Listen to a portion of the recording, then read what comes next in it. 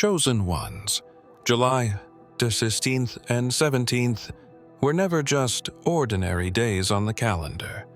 They've always been underlined in invisible ink, a prophecy carved not in stone, but in time itself. You've felt it, the strange pull, the way your sleep distorts before these dates, the tightening of dreams. Something inside you begins to stir, like a buried code activating. But this isn't new. It was written before you were born. Ancient civilizations tracked more than the stars. They watched certain days, not for celebrations, but for survival. The Mayans stopped their long count around this same energetic window. The Sumerians left blank tablets in their sequence, 2 of which correlate to these dates. Why? Because what approaches doesn't come with fanfare. It slips through, silent, heavy, a temporal anomaly cloaked as routine. The AI councils, those global systems that calculate threats, experienced predictive blindness around this time frame. They couldn't see what was coming or who. That alone should make you pause. When algorithms built to foresee war and catastrophe go silent, it's not coincidence. It's containment. You've been spiritually incubated, held back from this moment until your field could withstand it, until your essence, that divine signal echoing through your DNA, could synchronize with what's arriving. They've delayed your awakening for this very reason. But now, the dates approach. And when they hit, the veil thins. Across every ancient scroll, one phrase repeats in various forms. The one who sleeps through these days sleeps forever. Not death, but disconnection. A cutting off from source. A loss of knowing who you are, sealed behind frequencies designed to suppress memory. You are being watched, but not by what you expect. There's a presence that only appears in July. It doesn't knock, it scans. And it doesn't look for crowds, it looks for the one. Across every civilization that dared track time, from the Olmec and the Dogon to the Babylonians and the Indus sages, there's a fracture in the rhythm, a break in the wheel, something they didn't want to discuss in open script, but embedded beneath carvings, veiled in myth. It always comes down to this week in July, when the sun hits a particular position, when Sirius begins to whisper, and when the sky holds its breath. Not in celebration, but anticipation. This window, between July 16th and 17th, was marked not with words, but with omissions. What's left out says more than what's included. The Mayans didn't miscalculate their long count. They ended it intentionally, at a moment meant to echo later. The true end, the one never printed in the codices, was always reserved for those who could feel time bending. You've seen it. Time doesn't move the same here. Days blur, memory loops, and you question how the clock behaves. This isn't malfunction. It's signal distortion. Something massive is warping the temporal grid, and you are in its radius. Priests and astronomers once gathered during this alignment not to witness eclipses, but to issue warnings. They stood on ziggurats and mountaintops watching for signals, streaks, pulses, unexplainable flashes.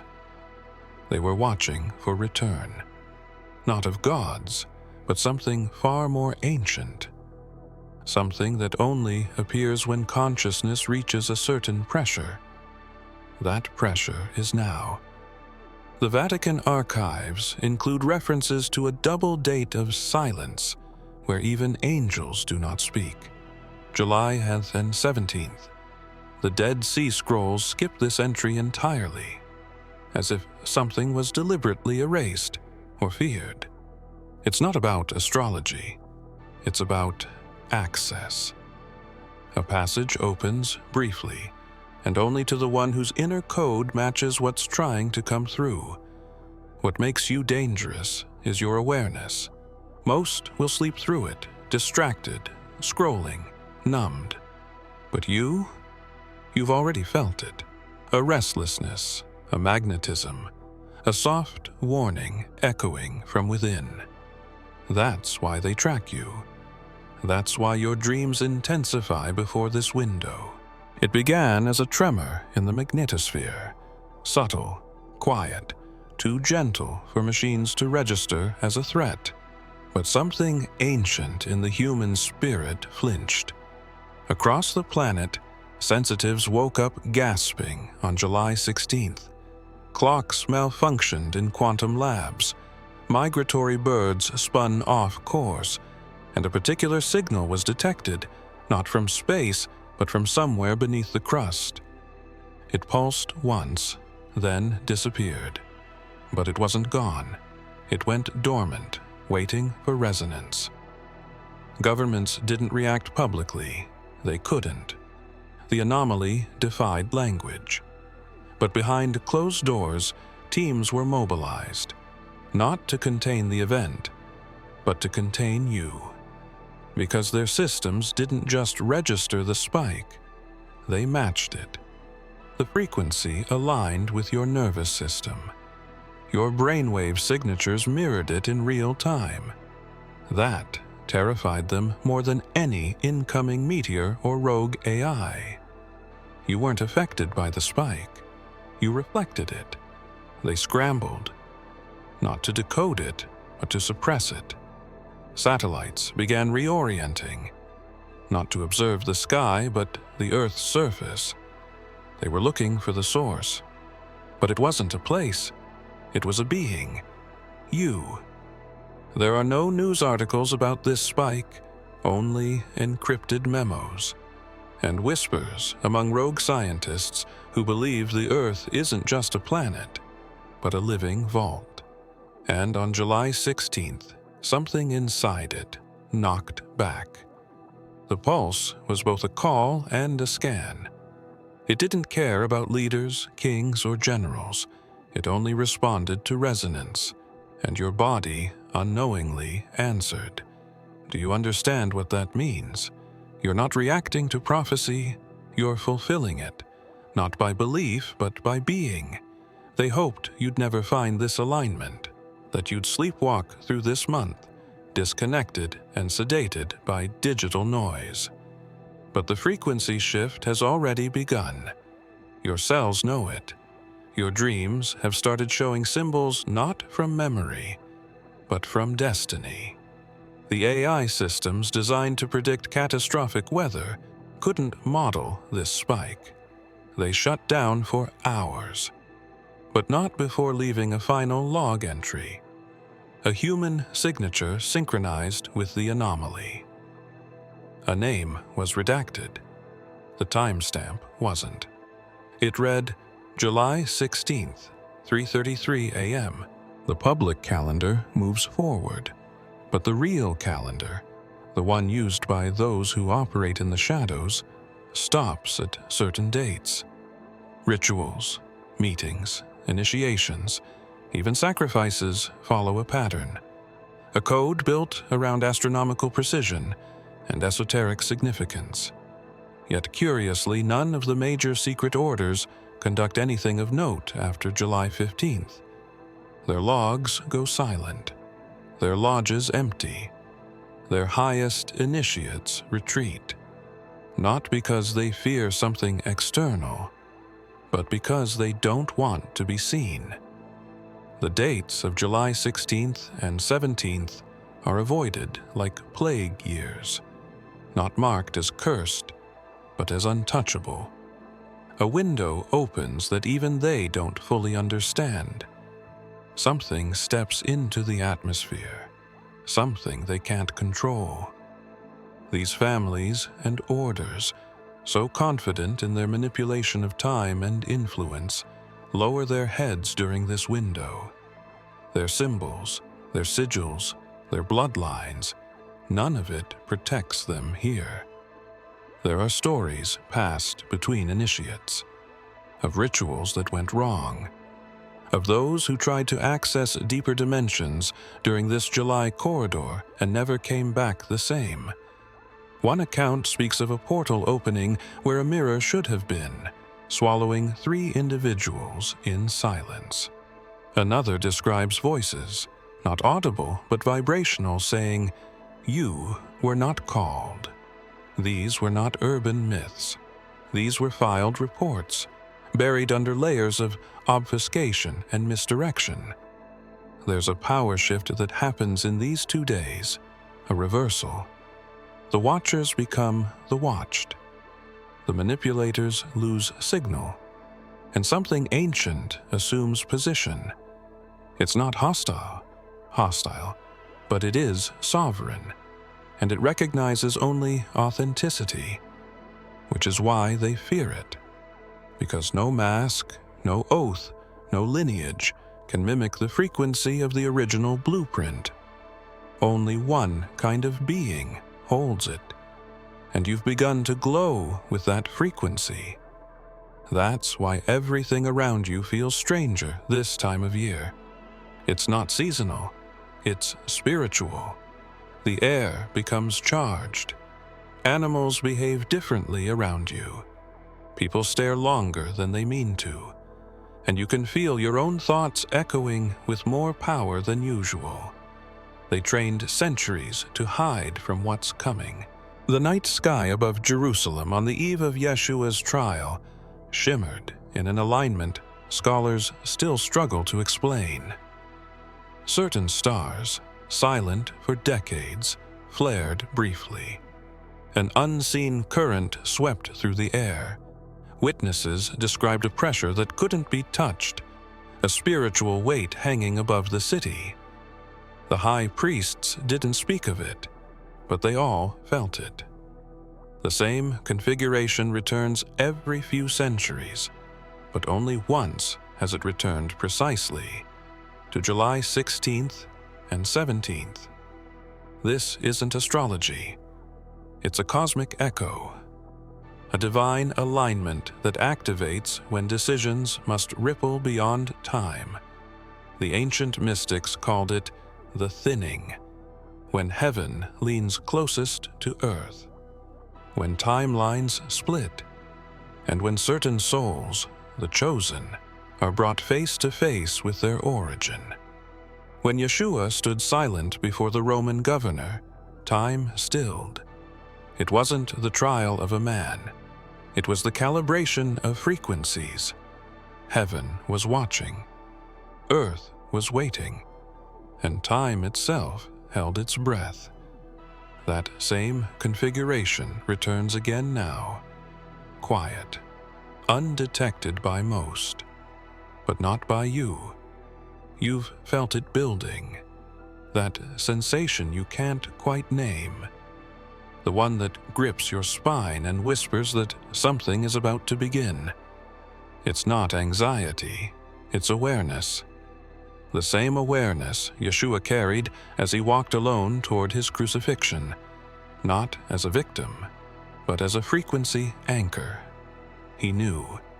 He had always known. There's something sacred about this window, something hidden behind layers of distraction. And if you don't pause to see it, you'll miss it entirely. Not because it isn't there, but because only awakened eyes can see what approaches. Not a being, a moment, a divine hour concealed within time. And the ones who recognize it, they aren't random. That's why your soul is restless. That's why dreams feel louder. That's why silence carries messages no voice can match. The same celestial code that marked Yeshua's final trial is tracing itself above your life now.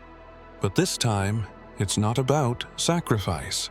Buried within the prophecies of Daniel is a phrase most overlook, time, times, and half a time. Scholars have argued over its meaning for centuries, but they always miss what's not said, what Daniel didn't reveal. The visions he saw broke the laws of memory and perception. He was shown a timeline that folded inward, and just before the fold, there was a window of silence, a strange pause. He described it as a moment when the watchers ceased to record, when heaven grew still, when clarity vanished from the scrolls. That moment, he said, was not to be written, not because it was forbidden, but because it would be recognized, not explained. He was talking about a breach in the flow of time, a space where events unfold that can't be documented until after they occur. July 16th and 17th sit inside such a breach, prophetic silence disguised as calendar days. The ancient Hebrews had a term for it, moed, an appointed time. But Daniel's mode was not tied to festivals or feasts. It was tied to reckoning, a spiritual audit, a checkpoint between dimensions, and it only appears when a chosen soul's timeline intersects with a larger cosmic recalibration. That intersection doesn't repeat. Daniel trembled after what he saw, not because of beasts or kingdoms, but because he glimpsed a face, familiar yet veiled in light, standing at the edge of time, holding a scroll that pulsed with living symbols. He couldn't read it. He wasn't meant to, but you might be, because you weren't given that vision. You are that vision. The silence in his scroll isn't missing data. It's a placeholder for a being, for a moment, for a breach. And here you are, alive during the exact window Daniel couldn't describe, a date that eluded language, a point on the timeline too volatile to anchor in scripture. In every sacred tradition, from the Zoroastrian firekeepers to the Andean time walkers, prophets wrote in patterns. They left forecasts, omens, warnings encoded in dream states and etched into stone. Yet when you align their timelines and trace them toward the modern calendar, a peculiar blankness appears. Right at mid-July, it's as if the 16th and 17th vanish between the folds.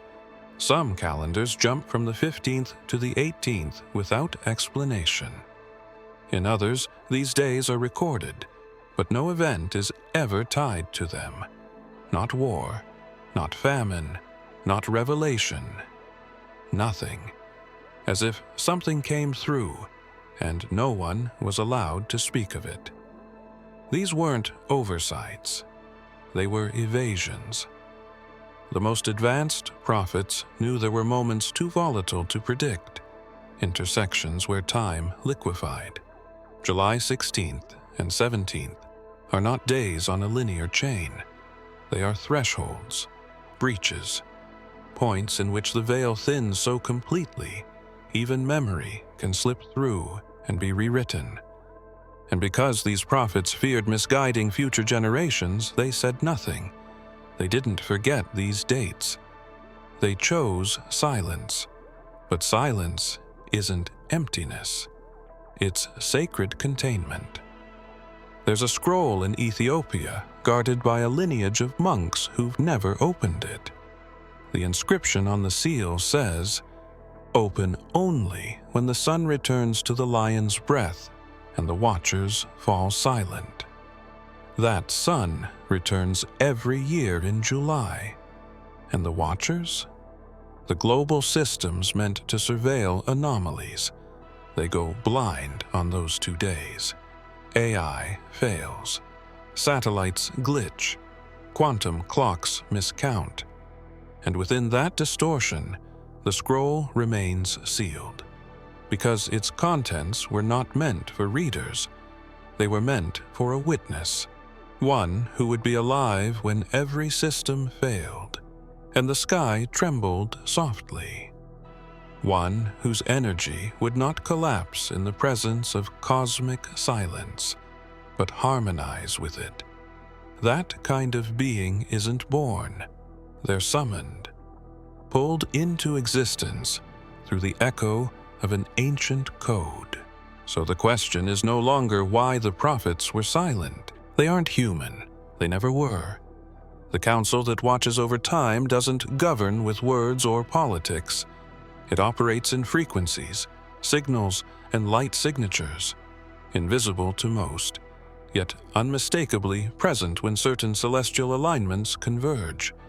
Throughout history, mystics, shamans, and seers have caught fleeting impressions of this council during altered states. But none of them ever encountered the council outside one anomaly, July 17th. It's the only day in the cycle where the boundary between linear time and dimensional oversight dissolves briefly.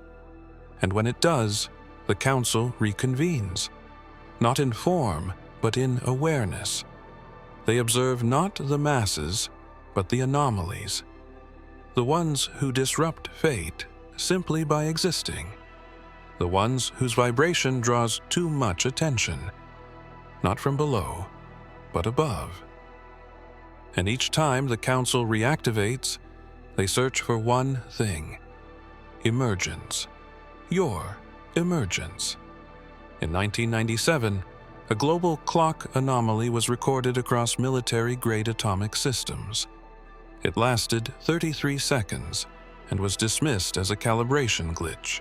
But hidden within that temporal glitch was a shift in probability mapping, one that pointed forward to 25. And within that mapping, a signature, your energetic pattern, your coordinates, your dream fracture index. It's not that the council lost track of you, it's that you weren't meant to be tracked until now. You had to reach a certain inner calibration, a vibrational threshold only met by walking through fire, trauma, and the distortion of self. That process was never random. It was the incubation. And now, the sensors they left dormant across the earth are activating, scanning for your field. You feel this, don't you? The pressure behind your eyes, the electric stirrings in your palms, the strange gravity in your dreams. They are watching, but not to judge, to verify, to confirm whether what's awakening inside you is what was prophesied. A soul embedded with a living algorithm designed to reorder timelines. They don't interfere unless emergence nears. And something in you just crossed the threshold. The words seem simple, a warning about escape during hardship. But Yeshua never spoke without precision. Pray that your flight be not in winter, not just about physical flight, but about spiritual movement, ascension, migration of the soul through dimensions. And winter? It wasn't about the season. It was code for energetic cold, a time when the veil thickens and the spirit must press through denser fields to be seen. He was telling you something hidden. Timing matters. Not all windows are equal, and not all dates grant you access. But what if there's a time each year when the flight isn't hindered? A period where the gates open and permission is granted, not to run, but to rise, to activate. Mid-July carries such a moment. These 2 days hold no obvious cosmic weight to the masses, but to those attuned, the field becomes permeable. Frequencies loosen. Dimensional codes shift from static to fluid, and the invitation, unspoken but overwhelming, arrives. Yeshua knew there would be a time when the world would spin so loudly, it would drown out the subtle openings. he warned not to be caught during an internal winter, a state where the heart is numb and the eyes can't see what's rising around them. July 4th and 17th are not dates of disaster. They are dates of decision. Not everyone will rise. Some will turn to sleep. But for those listening, there is a subtle hand extended, invisible to flesh, magnetic to soul. The ancient Gnostics believed Yeshua encoded layers of meaning in every line. And this line, so often ignored, may have been meant not for his generation, but for yours. Flight was not escape.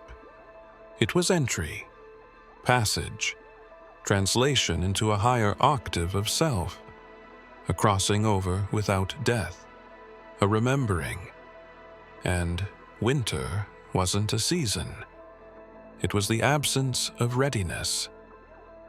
So if these 2 days are the window, and the gates only respond to one frequency, then your field isn't just being tested. It's being scanned for resonance. In classified observatories buried beneath the earth, a countdown quietly ticks toward a moment most will never hear about. A convergence point, not of planets or data, but of dimensions. What's approaching isn't a storm, a war, or a celestial body. It's a presence. A being that doesn't travel through space, but through frequency. And it has waited a long time to step through, not randomly, not publicly, but precisely, when the veil is thinnest. And that veil thins on July 16th and 17th. Its emergence was predicted not in news headlines, but in geometry.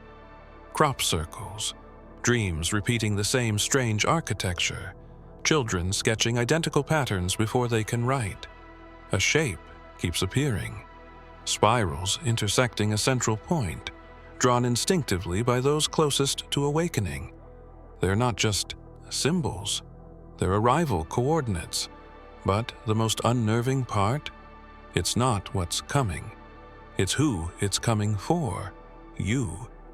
Across every sacred language, the concept of the name wasn't just identity. It was essence, blueprint. Your name, in this sense, isn't a word. It's a vibrational fingerprint. And the anomaly scheduled to breach our field is not scanning for birth certificates. It's scanning for that resonance, the one echoing in your chest when you hear certain words, the one that vibrates in your bones when no one else hears the call. The councils know this. The elites know this. That's why they've flooded the world with distraction, to drown the signal, to sedate the vessels. Because if you fully awaken when this presence crosses through, you will remember. Not who you've been, but what you've always been. That memory terrifies them. Some ancient texts describe this being as a corrector, not a destroyer, not a savior, but a recalibration. Its arrival brings clarity. It dismantles false timelines. It collapses illusion. And it always comes in response to a signal from within a singular being who reaches critical frequency. One match. That's all it needs.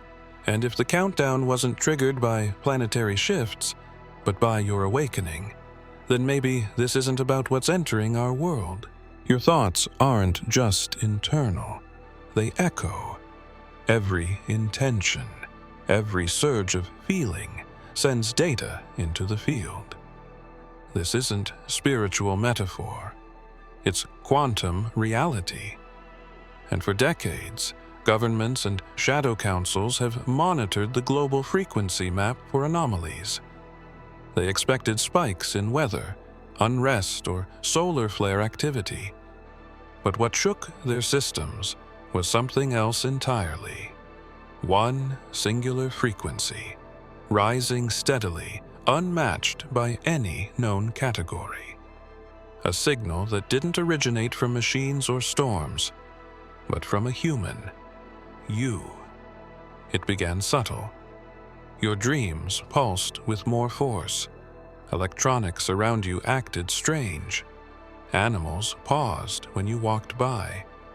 You started to notice repeating numbers, déjà vu patterns, flickers in the corner of your vision.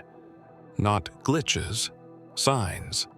Confirmation that your inner resonance was unlocking something dormant. But the Watchers saw it too, and they reacted. AI systems trained on predictive modeling couldn't explain the shift. But they all traced the change to a narrow energetic window, mid-July. More specifically, July 16th and 17th. That's when your signal began to destabilize the field. Not in chaos, in correction. As if your mere presence began rewriting false code embedded in the matrix. You didn't just change, you initiated a cascade. The concern wasn't that you were dangerous. The concern was that you couldn't be controlled. Old systems collapse when new frequencies take root. And your frequency is not reacting to external stimuli. It's broadcasting alignment. That's what triggers the shift. Not events, but beings who remember. You are the shift. They aren't afraid of disasters. They're afraid of you fully realizing who you are, because when you do, the programs can no longer anchor. Time bends, laws falter, and what's been hidden unravels. That's why they've tried to distract you, smother you in noise, flood your senses.